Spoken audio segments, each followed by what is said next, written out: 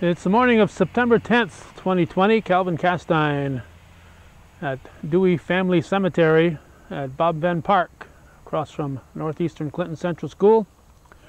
We are on our way to Beekmantown for the annual Culver Hill commemoration ceremony, commemorating events surrounding the Battle of Plattsburgh. We like to stop here every year to remind everyone that this is where the Battle of Plattsburgh began.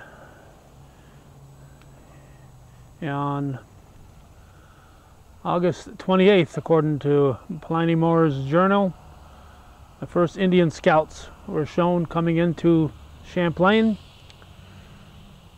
and within the next several days they surrounded the former Dewey Tavern, now the home of Louis and Rita Bedard, on the corner of Prospect Hill Road and 276. And eventually 10,000 or more troops were camped in and around this area. They were here shortly and they began marching on to Plattsburgh. That was the land battle portion of the battles of Plattsburgh. And of course, the Confiance and other vessels from the British fleet came through Rouse's Point on the lake shore, and there they battled the American fleet led by Commodore McDonough, future Commodore McDonough. So we're here every year to kick off this event, this remembrance of the battles of Plattsburgh, and to remind people that this is where the invasion began in Champlain. And so we're raising this American flag right here. This is the Stars and Stripes, the 15-star, 15-stripe flag that was flown during that era of 1814. And it was this type of flag that the Star Spangled Banner was written about. So, and almost in this era, this almost exact time too, this time period, during this early part of September. So we're going to raise this flag. We're going to battle the wind. We're going to raise this flag to commemorate the battles of Plattsburgh and the troops that came here. They came back here following the land battles in Plattsburgh, and those who were injured camped here. They were treated at Dewey Tavern, and legend has it that the soldiers who came back here and died were buried here at the Dewey Family Cemetery. So we'll leave this flag flying for the next 2 weeks, and right now we're on our way to Beekmantown to commemorate the battles of Culver Hill.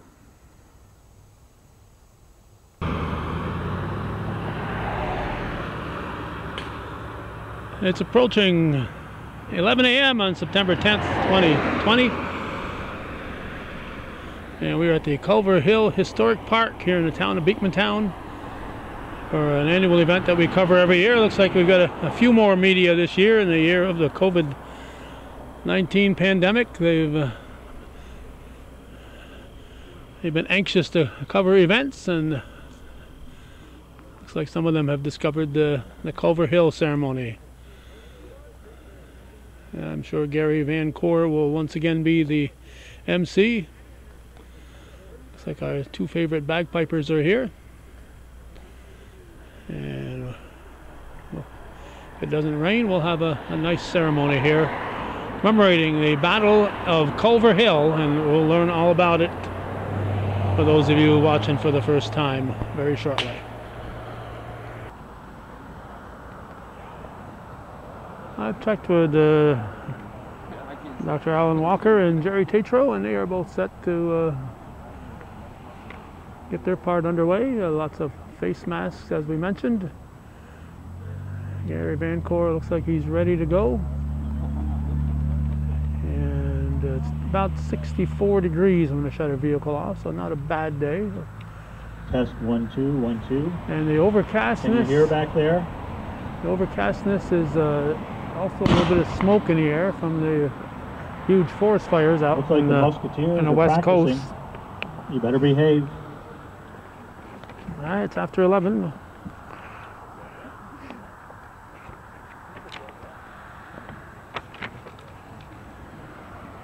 And here's what the program looks like. I'm waiting for the Musketeers. Make sure they're ready. The pipers are ready. Do you want to play a song while we're waiting for the Musketeers? All right, Musketeers They said they know 100 songs. Are on their way. I was quite envious of that. Let's see what these guys are gonna spur of the moment here.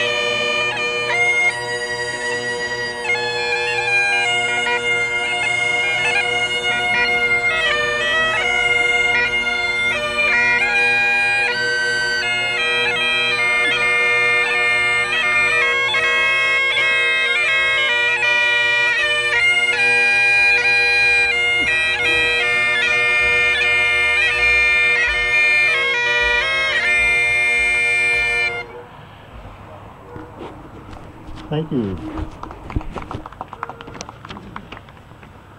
I don't see How do you ad lib with a bagpipe? I don't know. Roy It and Joe sounded great. Carter from England. I'd They're like to normally welcome here. you all Let's to listen to Gary Vancourt. 17th, maybe the 18th annual Culver Hill ceremony. I'm Gary Vancourt, the town historian, and I'll be the MC and your chief speaker later on. We welcome all of you, and one thing that we want to do is make sure that everybody, and I can see you're well spaced out. You know, it's amazing what a year will do. A year ago, I never knew what social distancing meant. Wearing a mask is something that we did when we played Cowboys and Indians and bank robbers and that sort of thing. And now, here we are with a station. If you don't have a mask, you're more than welcome to take one. And we have hand cleaning sanitizers over there, so please feel free. I'd like to kick off our ceremony with the raising of the Star-Spangled Banner. 15 stars, 15 stripes.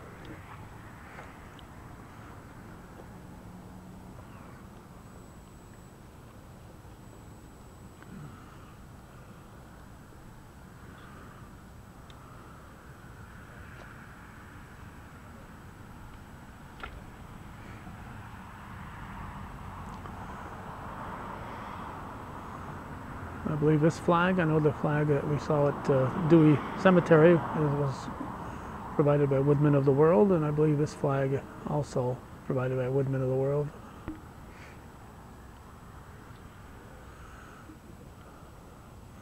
But the 15 stars, 15 stripes, that's what Francis Scott Key was looking at when he wrote the Star-Spangled Banner.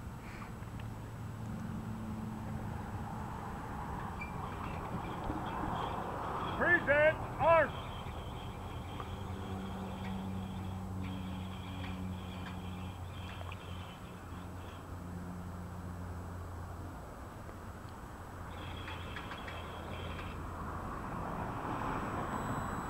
Order arms.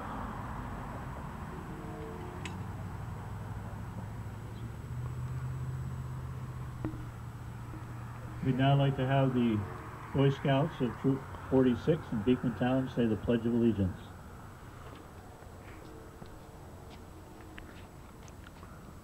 Please remove any hats for the pledge. Scout salute.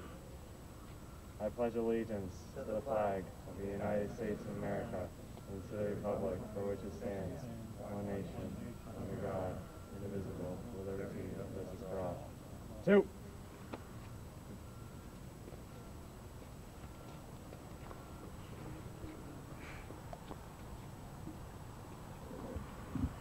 Thank you very much.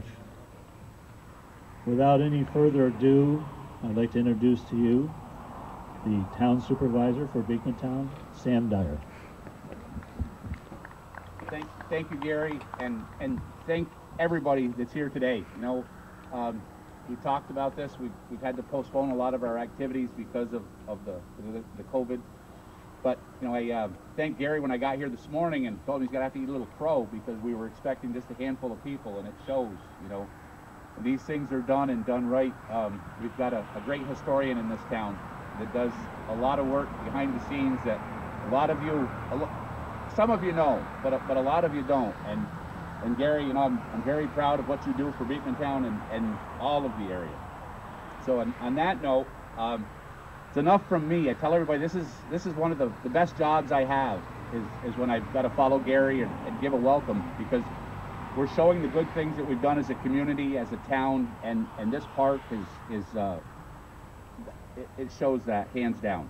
You know, from the state to the Lions Club to the different organizations to the town that have worked diligently to not just get this but keep it up. You know, we all know over time it takes a lot of work to get through these things. But and then on another note, we've got some other dignitaries that I'd like to introduce, and again thank everybody. But with what's going on, I would like to say with our state government, whether we agree or disagree with what goes on, our representatives are hands down, and our assembly person Billy Jones has done a super job from day one, and I think it speaks that he has no competition this year because of that.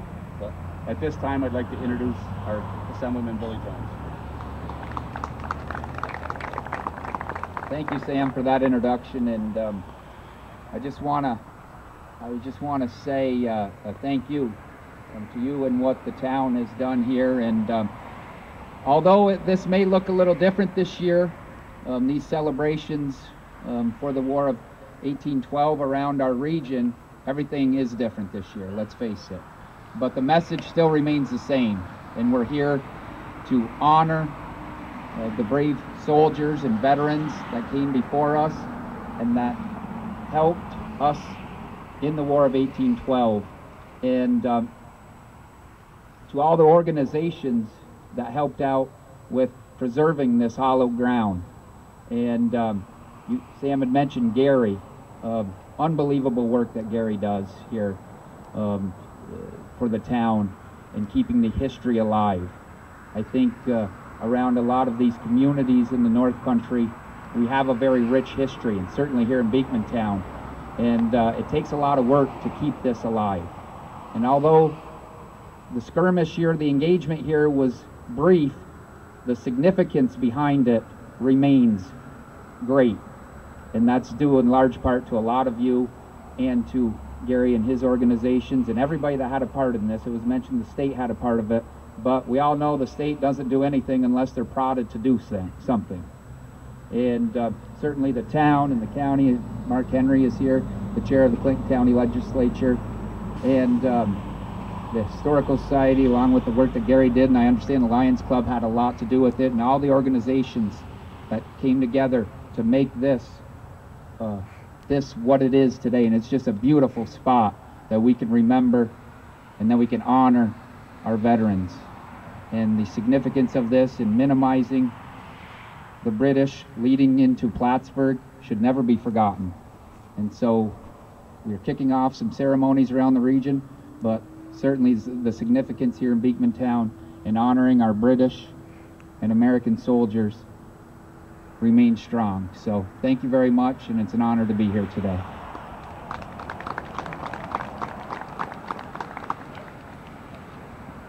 I just want you to know that my salary for the year just disappeared. I had to pay off Sam, but now I have to pay off the assemblyman for kind thoughts as well. I don't know. And I understand there's no raises this year, Sam? Mark Henry, I don't have an official job for. He said as long as his name was mentioned 3 times, it was okay. So Billy did once. I did it again. Did you say his name, or did you just... No. So that means I got one more time to go. Before we start with a few words about what happened here over 200 years ago, you should have received a program. And if you didn't, I have some extras. But programs sometimes, you get them, you kind of glance at them, and that's it.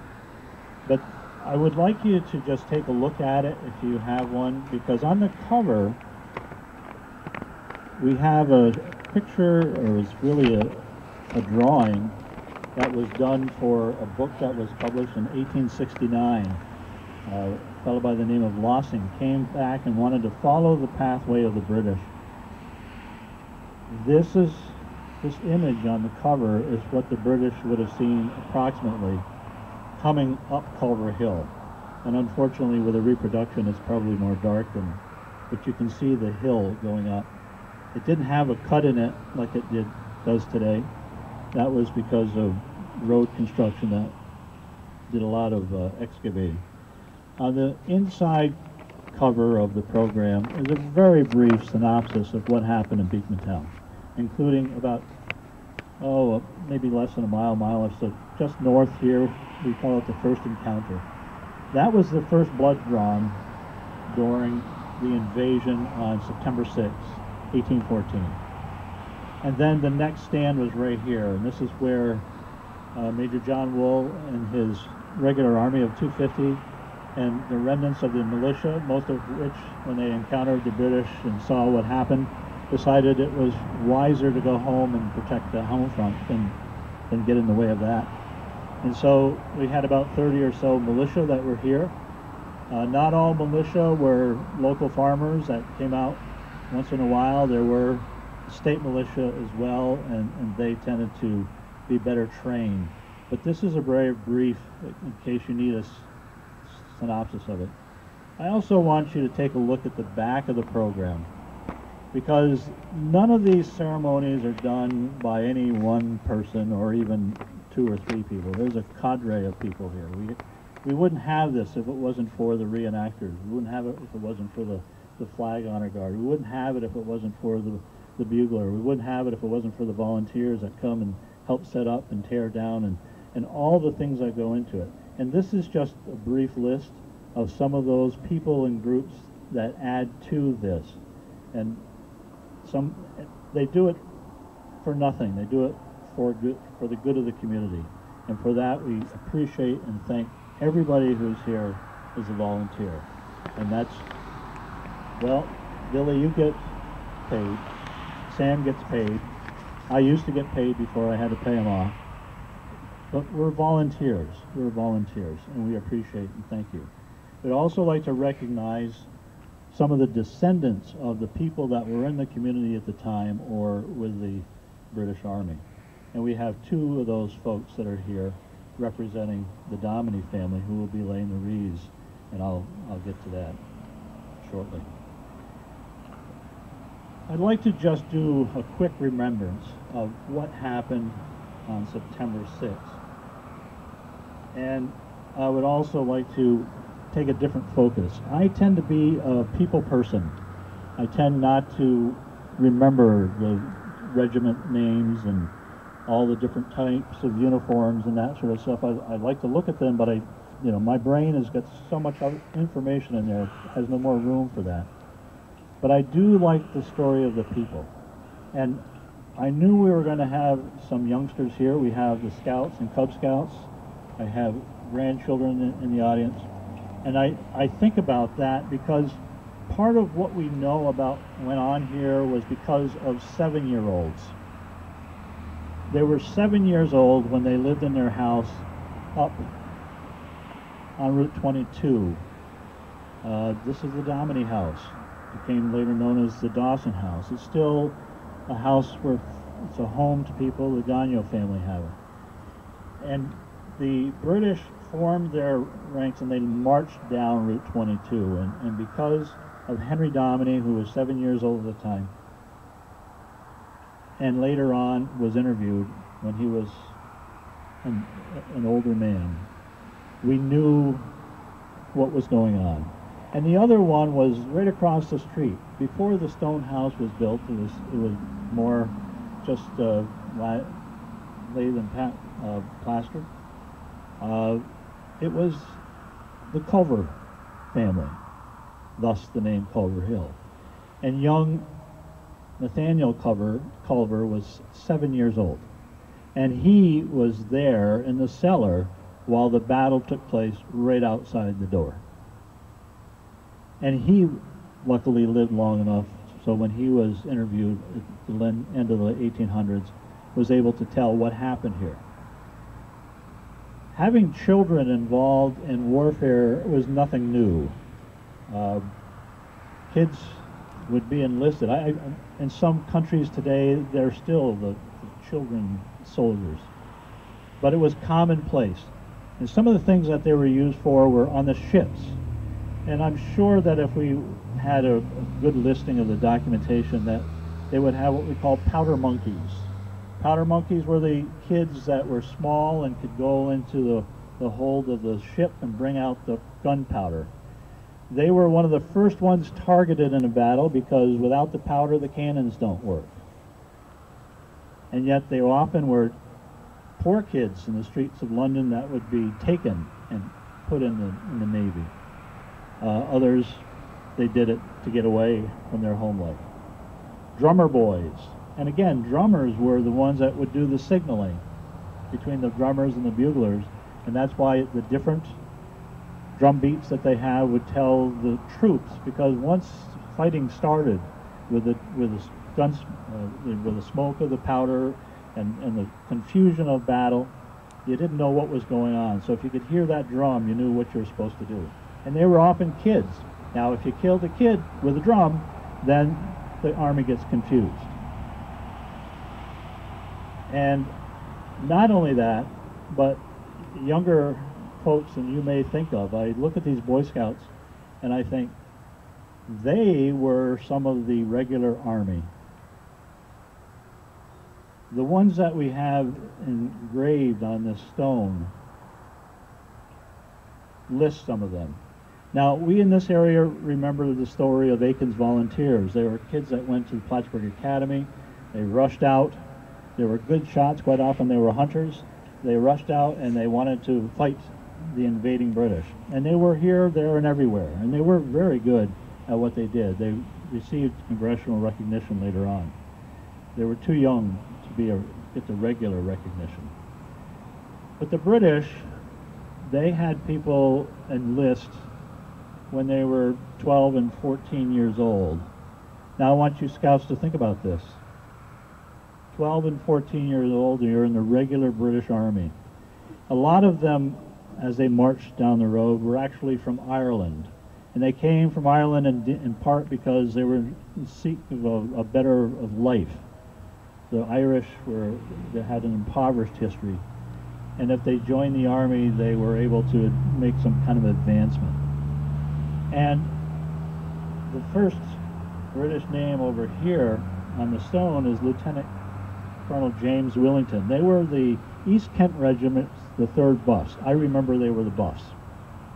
But I had to say that for my reenactor friends. And he was the youngest male of a large family in County Tipperary in Ireland. Now, the land always went to the oldest one, so therefore he didn't have much of a future, so his parents bought him a commission. That's right, bought him a commission in the British Army. If you had the money, you could buy an officership. Don't know if that's a real word, I just made it up, but you know what I meant. Now, he also had a relative, I believe it was a nephew, who was coming down at the same time, but over on Route 9. Lieutenant Charles Welch. So we had 2 from the same family here in Plattsburgh. James Willington And the reason I know this is because of Roy and Joe Carter, who, by the way, send their greetings, wanted to be here. They're from Marlborough, England, and travel restrictions is, if they could get in, they would never be able to get back home. It's travel, the UK and the United States are restricted. And so they held on to the longest they could and then had to cancel their plans. So according to Roy and Joe, who were the descendants of Colonel Willington, James enlisted at the age of 16, and he would have been an officer of the lower level. He fought in the Napoleonic Wars, in particular the Iberian Campaign, which is France and Portugal. They were fierce, fierce fights, where a large percentage of the entire unit was killed. He survived that. Once Napoleon was defeated the first time and was sent to Elba, the British decided that, okay, we're kind of suspicious that Napoleon isn't done. That's not the last we've seen of him. We better keep these soldiers around. Let's send them over to Canada and clean up this little mess over here, which was really second concern. I mean, the French and the English, that was the big concern. So Willington, who had survived those initial battles with the British and where major parts of his unit were wiped out, was the lead officer coming down Route 22, or the Beekmantown Road. He was 36, therefore he had been 20 years in the service. He had been promoted in the field to lieutenant colonel. They call it brevet. They buy their position, but this one he earned. And he came up the hill rallying his troops, and from what Nathaniel Culver reported, was bringing his troops on. He was a kind of come on boys type of guy, and a musket went through his throat, and that was the end of his career and the end of his life. Now the other one over here listed for the British was Ensign John Chapman. Ensign was the lowest officership. They believe that his parents bought him that commission at the age of 14. So at the age of 14, he was an officer in the British Army. Low, but still an officer. And he was with this group that came up through. And he was killed at the ripe old age of 16 years old. Both he and Willington were buried at the foot of the hill until later on. Further on down the road, there was another really bloody skirmish at Halsey's Corners. By then, the Americans had brought out some cannon. And there was one other English officer who was wounded there, brought down to one of the local houses, one of the Platt houses, and he died of his wounds. And that was Lieutenant Robert Kingsbury. And he was an old guy. He was 18 years old. And so we have those 3 British officers killed on the way into Plattsburgh, all in this route. And 2 were right here at this site. An old-timer at the 36, and a kid who probably was his first battle, and he didn't make it. Now the Americans had both regular under Major John Wool, and I believe it was the 26th Regiment. How did I do, guys? Did I get it right? And also the militia. And one of those militia was from Essex, in the Essex Militia, and that person was from what we would now call Wilmington. They called it J, but it was really Wilmington. And according to Nathaniel Culver, and I'm sure he was told this, but he remembered it, that this fellow was nearsighted, Stephen Partridge, or Patridge. He was a corporal, and he stood up for whatever reason. Maybe he didn't have glasses, I don't know, but he was nearsighted, and he was riddled through and through, according to Nathaniel Culver. So we had on this spot 3 officers, 2 British, 1 American, killed in this skirmish. Those are pretty big losses when you consider that the British had 3 officers killed in the entire engagement in the land. I'm not talking about the water. So 2/3 of them were killed right here. Now in 1919, I want to step back for a second. We used to say it was Stephen Partridge. About 3 years ago, and this is what you never know is going to happen. About 3 years ago, a fellow named Paul Partridge came, and they were looking for the site where their ancestor was killed. On the monument it says Partridge. He said Partridge, but if you go to the tombstone of Stephen Partridge in Wilmington, it says Partridge. We don't know. You know, I don't know. I guess it doesn't really make any difference. But whether it's Partridge or Partridge, he is buried in Wilmington. His brothers came and got his body after the battle and brought him home and buried him. And I know that some of the folks that are standing over there did a ceremony a year ago or so at the grave site of Stephen Partridge. And on that tombstone it says that Stephen Partridge, corporal, was Captain Allen Peck's company of Major Reuben Sanford's battalion. He was killed at the Battle of Plattsburgh, September 6, 1814. So that's all considered, this is considered part of the Battle of Plattsburgh, which I guess it was, the invasion of the community. Now I'd like to say a word about John Wool. John Wool is a fellow who was he owned a bookstore. He tried different things, and when the War of 1812 started, he went into the service. And he was really good at it. And by the time that he was here, he was a major. Wool was another one of those, we're going to do what we can to hassle the British. They knew they couldn't stop this. Well, this leg alone was probably 4,000 to 5,000 troops or more going down Route 9. Their totals are anywhere from 10 to 14,000, depending on which ones you want to use. But when they came across the border, there were probably 14,000, but they had to leave people behind to protect the rear guard. So they were coming down. So there's at least 4,000 here anyway, which is a pretty good number considering they had 250 to stop them. And these were the best troops. These are the ones that came from the Napoleonic Wars. These were not just the 3rd or 4th string. They were the best they had to offer. So they come down the road, and Wool stays here, and he realizes that, okay, we've inflicted some damage. All we want to do is really slow them down. A little bit of a controversy about those cannon. They were supposed to be here, but Captain Leonard didn't want to do that until they got direct orders from Macomb. By the time they got through here, he got the orders directly from Macomb, so they met at Halsey's Corners. But Wool just wanted to kind of slow them down, make them think about it. It wasn't going to be an easy path. So between here and Halsey's Corners, the British did realize that, yeah, there's some resistance here.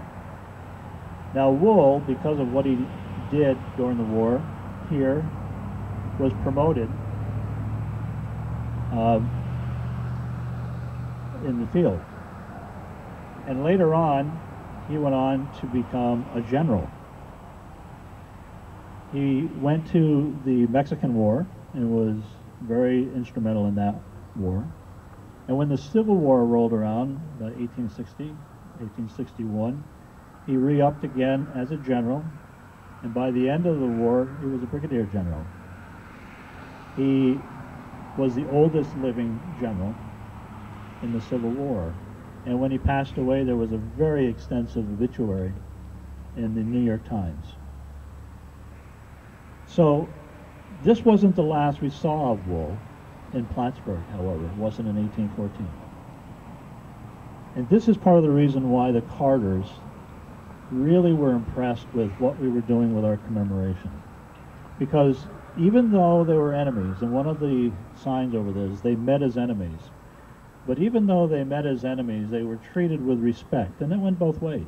And how can you be shooting and killing each other and still have respect? But they did. And so Wellington and Chapman were buried down here, but in 1819 they were reinterred in Riverside Cemetery with full military honors. In 1843, General John Wool returned to Riverside because at that point they were doing memorials to Wellington and the other British officers, and of course Crab Island's where the enlisted men were. During the dedication of that, Wool said, "It is a pleasing spectacle to see the living brave do honor to the memory of the illustrious dead." So here this was the American Army, a brigadier general who fought here, was responsible for the death of Wellington, and Chapman, standing in Riverside Cemetery paying respect with these memorials. And this is the kind of tradition that happened immediately following and during the war, and it's a tradition that has carried through, and as a result, the United Kingdom, England, has been one of our longest allies in our history, and closest allies. And Canada, of course, part of the British Empire, and part of the Canadian troops that came down at the same time, another of our longest standing allies that we've had as a nation. So they met as enemies, but they left as long-lasting friends. At the end of the day, approximately 45 Americans were killed. 3 of them in Beekmantown. 2 up for the skirmish up at the first encounter, 1 here. The British had over 100 killed or wounded, 3 officers, 2 at Culver Hill. So once the British got in Plattsburgh, they waited for the naval fleet to come from Canada. They did a little skirmish here and there to try to take the bridge. Aiken volunteers were involved with that. But it was a wait until the Navy comes. And that's why it was the bloodiest day for the British, because this was the most action along here and some also on Route 9 going into the village. So with that, I'd like to just remind people that there are other ceremonies as part of the virtual and, I guess, reduced commemoration. Riverside Cemetery, and if you have a chance to go there, you can stand and look at the monuments for Wellington and Chapman along with the other officers on both sides that were buried side by side. And if you have the opportunity, Crab Island, they always do a wonderful ceremony out there where the enlisted men were, and we're in the hundreds now. But again, they were buried side by side. We didn't have the British section, the Americans. They were literally put right beside each other. You never heard of that. It just didn't happen in battles of enemy combatants. And so take advantage of that, and also there's going to be a ceremony down at McDonough Hall. Not McDonough Hall, McDonough Monument. You could tell I'm a Plattsburgh State grad, right? McDonough followed with Hall. Used to be the student union, believe it or not. Spent many an hour there listening to the Chapman brothers, believe it or not. Did I just age myself? You know where McDonough Hall is? You know what the Chapman brothers are? Okay. But that's going to be at McDonough Monument tomorrow as well. And hopefully, I got to throw a pitch out here because one of my committee colleagues said, you need to say something about the Beekmantown Bicentennial. This is the 200th anniversary of the town of Beekmantown. We were a part of the town of Plattsburgh, and in 1820 became a separate town.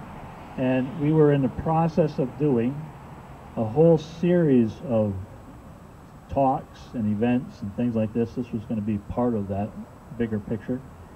And hopefully we come to some kind of closure with this COVID-19 thing, and we are safe to go out in larger numbers. I know Billy was at the first ceremony, Mark was also Mark Henry. In case you missed his name, it's Mark Henry. There's 4 times. And Sam, and we literally packed the house with our kickoff. And so hopefully next year we'll be able to pick up again and have wonderful discussions about other things besides the Battle of Plattsburgh, things like Fantasy Kingdom and the Junior Plattsburgh and stuff like that. And that's a teaser. Now you don't know what that is. You have to come next year hopefully and listen to those talks. So we are now at the part of the ceremony where we recognize and we pay tribute to the folks that died here at Culver Hill, both Americans and British. This was the 1894 is when this monument was dedicated. Dr. David Kellogg interviewed Henry Dominy, interviewed Nathaniel Culver. It was in the 1880s that he did that. In 1894, this was put here. And so we are going to now lay the wreaths. Esther Dominy will be doing the British. That's the official British Buffs War Memorial. That's what Joe Carter brought to us. And Scott Dominy, all part of the Dominy family, and we'll ask you to go. And you've seen this enough times that I don't have to instruct you. Remember, when you put it down sideways, because these cameras are going to take shots you do not want broadcast. Right? Put it down sideways, and then after you stand beside it, and that's your photo op. So if you would kindly do that. Go ahead. Lean it right up against that monument. Now you stand and you look at all these cameras and you smile. Of course you can't see because you have your mask on, which is very, very good. And what we're going to do is now we are going to have a slight difference from what your program says. We're going to fire the salute. So to my militiamen and my army, we're going to fire the salute. And that's going to be followed by the firing of the cannon. And then we're going to have the taps played. Squad, attention. Port arms. Prepare to fire. Aim. Fire.